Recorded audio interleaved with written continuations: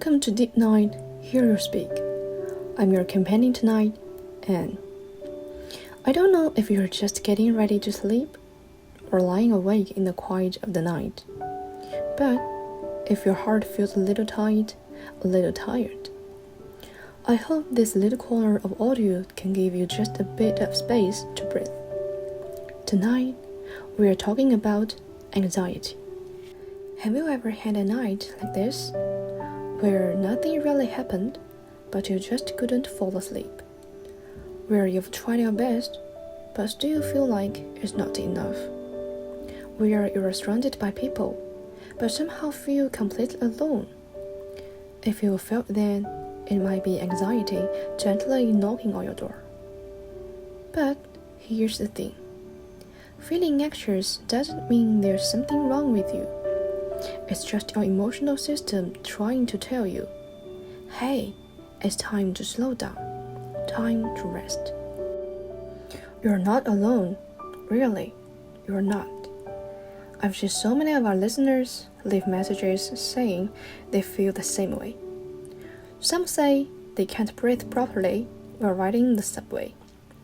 Some say it hits them in the shower, when suddenly everything feels too heavy. And some put on a fake smile all day, only to fall apart the moment they get home. So, if you've ever felt like that, please know you are not the only one. That's why tonight I've invited a few listeners to call in to share their stories with you, with us, and with themselves. Maybe, just maybe, in their voices, in their words, you'll find a little piece of your own story too. Okay, coming up next. Hey there, welcome to Deep Night, Hear You Speak. What's your name? Hi Anne, hi everyone, you can call me Leah. Oh, that's such a sweet name. So Leah, is there something you'd like to share with us tonight? Yeah, actually, this story is about me. I'm still a university student right now, and 2020 really changed something in my life. People around me probably know that I used to rely on others a lot, whether it was my boyfriend or close friends. I always feel like I needed someone there. If I didn't have them, I'd get really anxious and uneasy.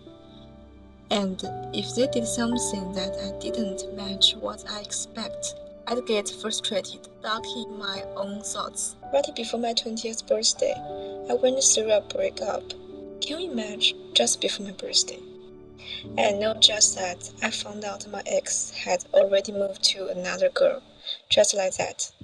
Even worse, the friend I once trusted more actually took his side and started blaming me all too. So yeah, in just a short time, I lost two of the people who meant the most to me, and honestly, I totally broke down. It was the first really big hit in my life, and I had no idea how to deal with it. I cried every day. Sometimes I didn't eat for days. I was constantly thinking, how am I supposed to live without them?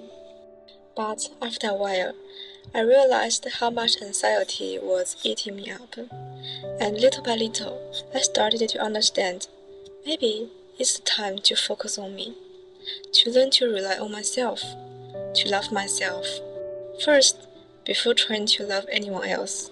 And I began telling myself, I deserve better, I love myself. And you know what? My life without them is still going on. In fact, it's even more colorful than before. So yeah, anxiety, it doesn't solve anything. But choosing to love seriously and kindly with yourself, that's where healing starts. There's this quote I really love. Let yourself wither, and then bloom again. I want to share this story with everyone who might be listening right now. No matter where you are, whether you are anxious, lost, or feeling low, please turn your focus back to yourself. Only when you love yourself well, the world will start loving you back. Wow, thank you, Leah. Really, thank you for sharing them with us. What you said is so true. In life, we all go through moments that don't quite match our expectations, or times where we hit a low. And when we don't know how to manage those feelings, anxiety and sadness can really take over. I've heard people say things like, "Why does everyone else's life seem so good?" or "Why is mine so hard?" But the thing is, there's no such thing as a perfect life or a bad one. It's really about how we choose to say things and the way we respond. So, if you are listening right now, I just want you to pause for a second and tell yourself, you've already come so far. You are doing great. You really are. Okay, coming up next, we're really happy to welcome our next caller.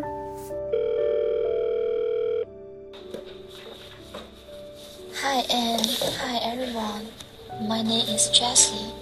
I'm pretty new to the working world. Just started my first job after graduating. Hi Tracy, so lovely to have you with us tonight. Would you like to share something on your mind or a story from your life? Yeah, actually I do.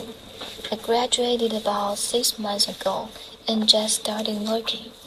But honestly, it hasn't been as exciting or fulfilling as I imagined. Instead, I feel really tired and anxious. There's this constant voice in my head asking, why can't things go the way I hope? Why do I still feel so empty, even when I'm trying so hard? Sometimes it gets so overwhelming, I can't fall asleep at night. My brain just won't stop thinking about work, about life, about everything. Even when I talk to people, I feel so drained and sensitive, like I'm constantly using up emotional energy. It's like my body is exhausted, but my heart and my mind are even more tired.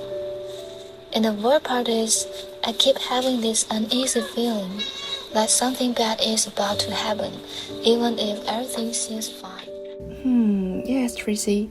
What you are describing, these are all very real signs of anxiety. First, I just want to say thank you. Thank you for being brave enough to share this with us tonight. What you are going through, so many people are feeling the same way. And no, it's not just in your head. And you're definitely not being dramatic. This is a genuine psychological response, something called anxiety episodes. They can be really tough, but also manageable. Here are a few gentle things you can try. Step 1. Practice the 4-7-8 breathing method. Inhale for 4 seconds, hold your breath for 7, and exhale slowly for 8 seconds. Do that 3 times. It can really help calm your body and your mind. Step 2. Try to reduce screen time before bed.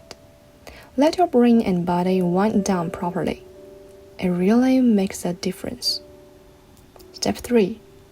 Create a small anxiety list. Write down just 3 tasks you want to do each day. Remind yourself, yes, there's a lot going on, but you're already doing your best. Every little step counts. You're already growing, even if you don't say it yet.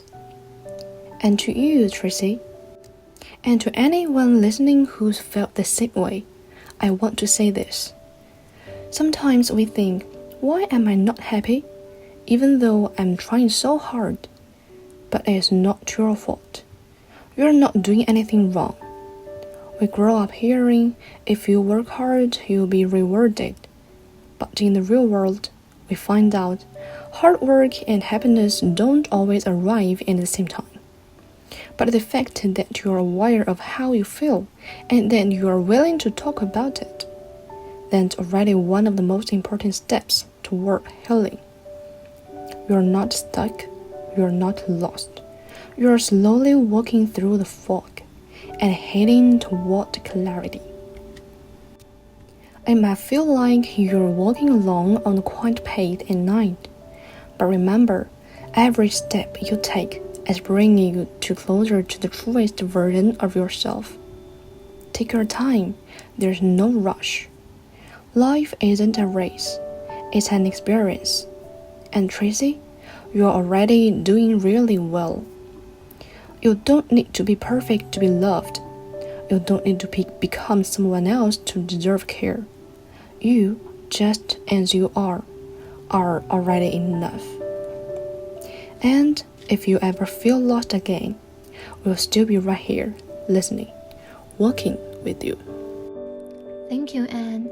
That really helped me a lot. I'm going to try the things you mentioned, slowly, step by step. I'm so glad to hear that. And thank you, Tracy, for sharing your experiences with us tonight.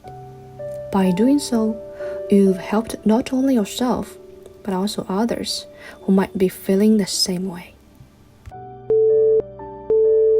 Okay, after hearing the heartfelt stories from our two listeners, I think many of us now have a clearer idea of what anxiety can feel like. But you know, a lot of people still don't really understand what anxiety actually is. Anxiety isn't just feeling scared or nervous. It's often this strong, unsettling uncertainty about the future.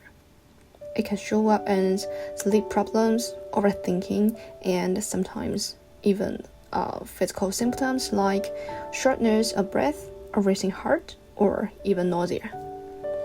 Little by little, it can start affecting your work, your social life, and how you see your future. But hey, please don't feel like you have to label yourself because of this. You're not broken. You don't need to be fixed. What you might need is simply a healthier rhythm of life. Here are a few gentle practices you can try. First, give yourself just 15 to 30 minutes each day to do something just for you. It could be a slow walk outside, drawing, singing, moving your body, or anything that makes your heart feel a little lighter. Second, talk to someone. It could be a mental health professional or just someone you truly trust. You don't have to carry it all alone. Sometimes, just by sharing your thoughts, you might discover new ways of seeing things, ways you hadn't thought of before. Third, try a bit of mindfulness or meditation. Take 10 minutes a day to sit quietly. Close your eyes and gently remind yourself of what you've done today, even something small. Say to yourself, "Hey, I did that. I made it through today, and that's amazing." Please don't pressure yourself to become someone great overnight. You don't need to rush to become anyone at all. Just start with us. Give yourself a little hug every day. Take care of your heart, even just a bit. That alone is already enough. Tonight, I'm really grateful that we could share these stories, have a little chat, or even just quietly spend the night together. But if you're willing, please remember this. You're not facing all of this alone. Whenever you're ready, you're always welcome to call in or simply stay right here with us. Me, Anne, will always be here, ready to listen, to talk, and to heal together. There may not be a perfect cue for everything in this world, but it's okay. We can take it step by step. There's no need to rush, because you are the main character of your life, and you get to decide the pace of your own story. Before we say goodnight, I want to leave you with this. Your emotions are not here to hurt you. They are just trying to speak softly after being quiet for too long. Sometimes we get frustrated with ourselves, wishing we were someone different. But maybe one day you'll realize the things you struggle with are also the things that make you beautifully, uniquely you. This is Late Night Listening to You. I'm your host, Anne. Thank you for staying with us. for listening and simply for being here. A big thank you as well to our platform and sponsor, BDM Media Group. BDM Media Group will always be here to help you discover your own personal playlist for life, whether it's services, products, or heartfelt stories that truly speak to you. So, next time, don't hold back. Tell me what's on your mind. I'm always listening. Because you are the star of your story. So, go ahead, be bold, and speak your truth. Calling number 9098-8871. Thank you for listening, and good night, my dear listeners.